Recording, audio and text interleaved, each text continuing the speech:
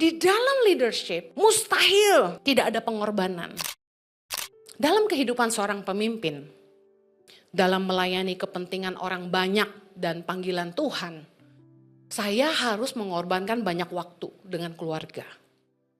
Pernah satu kali saya ditanya gini, Bu Heni, kapan ibu bisa punya waktu sama anak-anak ibu, sama suami ibu, kalau ibu pelayanan terus? Mereka gak tahu aja dalam hati tuh menangis. Cila udah kayak lagu ya. Saya tuh setiap hari dulu ya, dulu nih. Harus khotbah tuh dari Senin sampai Minggu. Menjajakan jualan tangan pengharapan kemanapun saya pergi. Dan capek Bapak Ibu, stres. Make up tiap hari, ngeblow rambut tiap hari. Sendiri. Jadi sampai staf saya bilang gini, Ci, lu sih kasih karunia. Kenapa? Rambut lu tuh ya dikeramas tiap hari, diblow tiap hari, masih banyak aja katanya. Nggak botak. Dan hati saya, Tuhan tahu yang kubutuhkan. Saudara, anak saya waktu itu masih bayi ya. Axel masih baby, Chloe Zoe baru 2,5 tahun. Saya harus meninggalkan mereka karena saat itu Tuhan lagi panggil saya untuk merintis tangan pengharapan.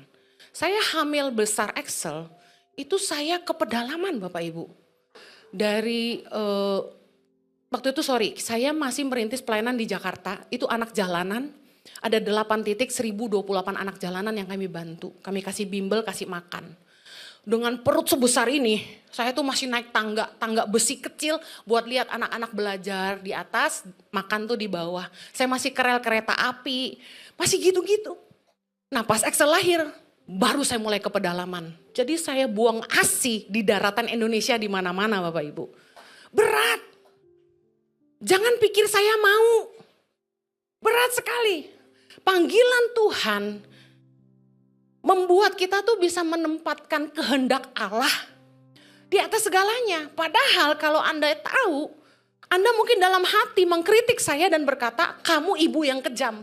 Kamu perempuan yang tidak mencintai keluarga. Bapak Ibu perlu kenal, saya orangnya family oriented banget. Saya bisa gak punya teman asal ada keluarga. Saya bisa gak kemana-mana asalkan saya di rumah sama anak saya. Kalau papanya pergi-pergi ya gak apa-apa, yang penting ada anak aja.